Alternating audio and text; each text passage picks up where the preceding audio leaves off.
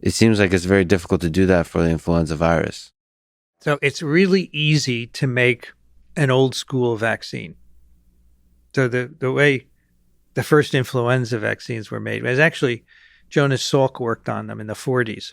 You just grow lots of virus, and you grow it in eggs, by the way, chicken eggs. Nice. Literally? Wait. Yeah, embryonated, so they get fertilized, and there's a 10 or 12-day embryo in it, and you put virus in it, it grows up, and then you harvest it. You get about 10 mLs of fluid.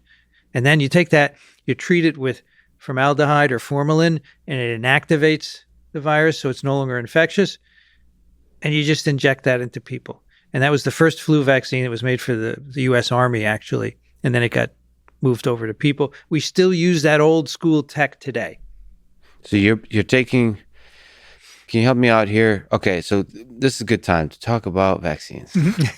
Okay, so you're talking about, you're taking the actual virus, right? You put it in an egg, you let it grow up. It's very funny that you put it in an egg. It's very poetic. And then how do you make it not infection, not effective or whatever? Not infectious. Not infectious. Is that the right term here? Yeah. So how do you make it not infectious? You can treat it with any number of chemicals that'll disrupt the particle so it no longer infects. So that step of disrupting the particle, is that very specific to a particular virion particle? No, the same collection of chemicals you can use for all kinds of, which have been used for SARS-CoV-2 vaccines also. So same technology. Okay, so there's several things to ask. So you called it old school in a way that's slightly dismissive, like people talk about Windows 98 or something. So is there risks involved with it, or is it just difficult to produce large amounts? No, it takes a lot of eggs. It's very easy. I mean, you could do it in cells in culture, but eggs were convenient. And in the 1940s, we didn't have cells in culture. We didn't know how to do that, so we had to use something else.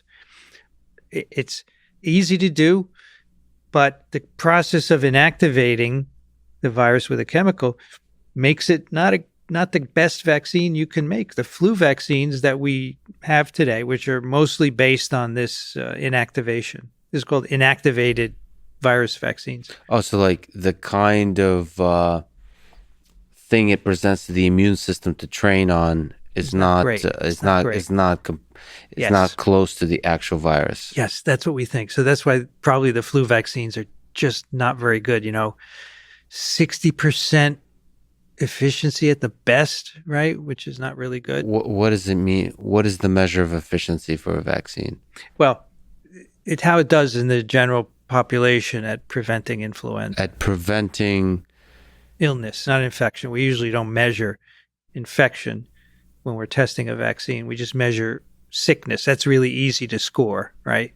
Mm-hmm. You do a trial and you say, if you feel sick, give us a call.